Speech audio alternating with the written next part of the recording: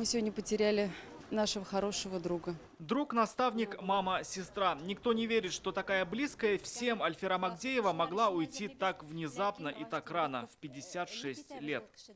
Очень большая потеря для нас, для телевидения, для художественной редакции. Его светлая память надолго сохранится в наших сердцах.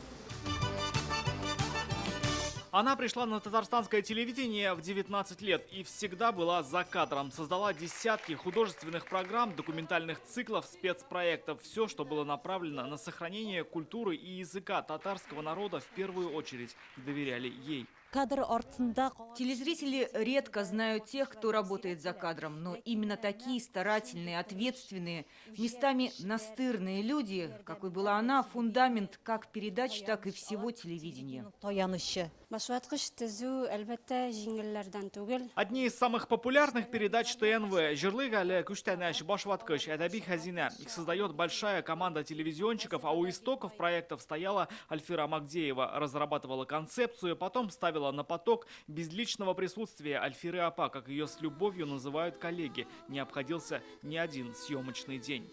В общении очень легко общалась со всеми, никогда не грубила, находила со всеми общий язык, встречала гостей очень приятно и очень хорошо отзывались о ней все те, кто приходил к нам на передачу. За глаза ее называли иконой стиля, редко изменяла своим любимым красному и белому цветам. Одевалась так, чтобы это все было красиво, символично, то есть по цвету.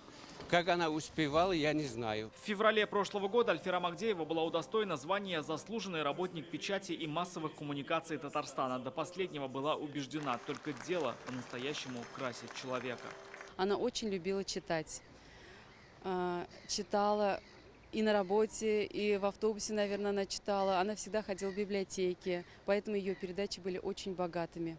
Там каждое слово было продумано. Она никогда не писала пустые слова. 2 года назад этот подход как никогда лучше пригодился на съемках художественного фильма по мотивам повести Мухаммада Магдеева «Мы – дети 41-го года». Альфира Магдеева была невесткой татарского классика и сценаристом фильма. Мухаммад Магдеев обладал очень тонким чувством юмора. Есть в его произведении такая фраза: «Не зная систему кровообращения таракана, куда ты лезешь?»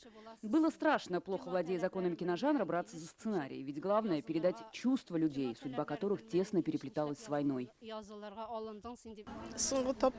Когда мы общались последний раз, еще до ее выхода в отпуск, запомнилось то, как она вскочила и сказала мне: «Меня ждет такое светлое будущее». Альфира, светлого будущего тебе.